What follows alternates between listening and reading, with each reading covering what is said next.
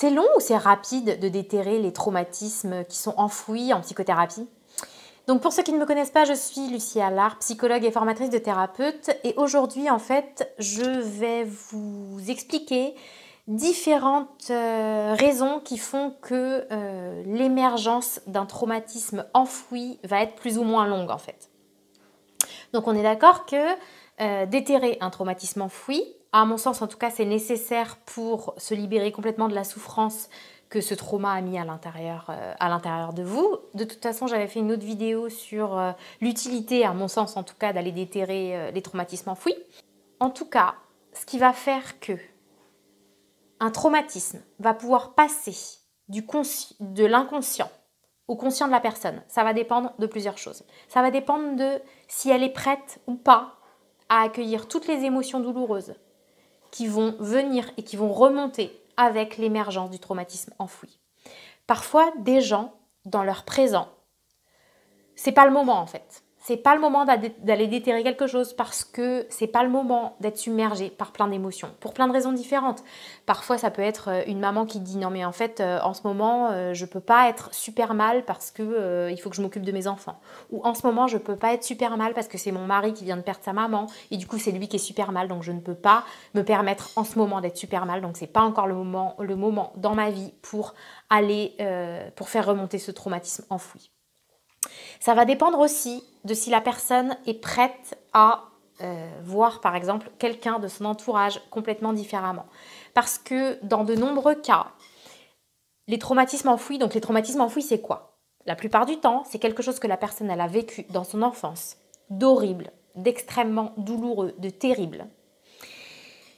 Et qui est tellement terrible en fait que c'est insupportable pour sa conscience.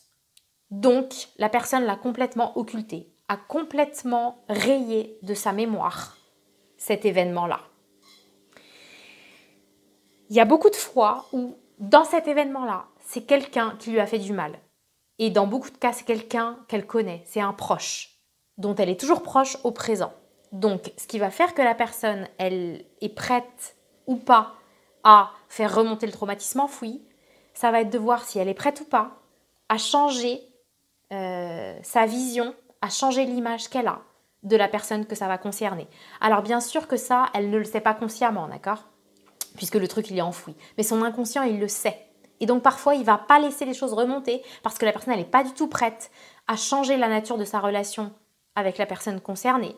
Ou alors, elle n'est pas du tout prête à voir, je ne sais pas moi, son oncle, par exemple, qu'elle voit absolument comme un dieu ou qu'elle voyait comme un dieu ou une personne absolument extraordinaire et que en fait, son oncle lui a fait extrêmement mal quand elle était petite, par exemple. Eh bien, si la personne n'est pas prête à voir son oncle comme quelqu'un qui est capable de faire du mal à un enfant, par exemple, le trauma ne va pas remonter. D'accord ? Voilà, donc en fait, en gros, ce qui va faire que l'émergence d'un traumatisme enfoui va prendre plus ou moins de temps, c'est à quel point la personne est prête ou pas à changer de vie, à voir quelqu'un différemment, à ressentir de la souffrance, à affronter certaines de ses émotions. Parce qu'il faut comprendre aussi que l'émergence de traumatismes enfouis, c'est-à-dire se rendre compte, enfin vous vous rendez compte, c'est énorme en fait, c'est se rendre compte que, par exemple, je pensais avoir une enfance heureuse ou pas dramatique et en fait je me rends compte que j'ai vécu un truc absolument horrible, enfin je veux dire c'est énorme pour le cerveau. Et quand les gens, ils déterrent des choses comme ça, et bien en fait leur cerveau doit reprogrammer toute leur vie en fait. C'est comme si il fallait reprogrammer tout avec une nouvelle base de données. Et donc ça bouleverse complètement, ça change la vie des gens en fait.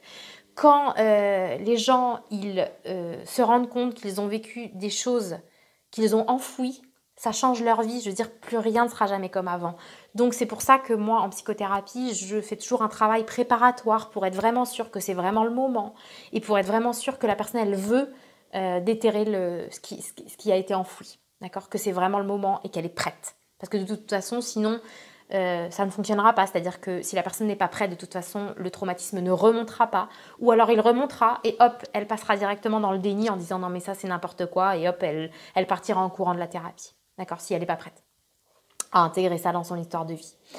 Voilà, mais écoutez, c'était la vidéo, le sujet d'aujourd'hui. Si vous avez aimé, je vous invite à mettre un like sous cette vidéo et à partager si vous pensez que ça peut intéresser des gens que vous connaissez. Je vous dis à plus tard, salut!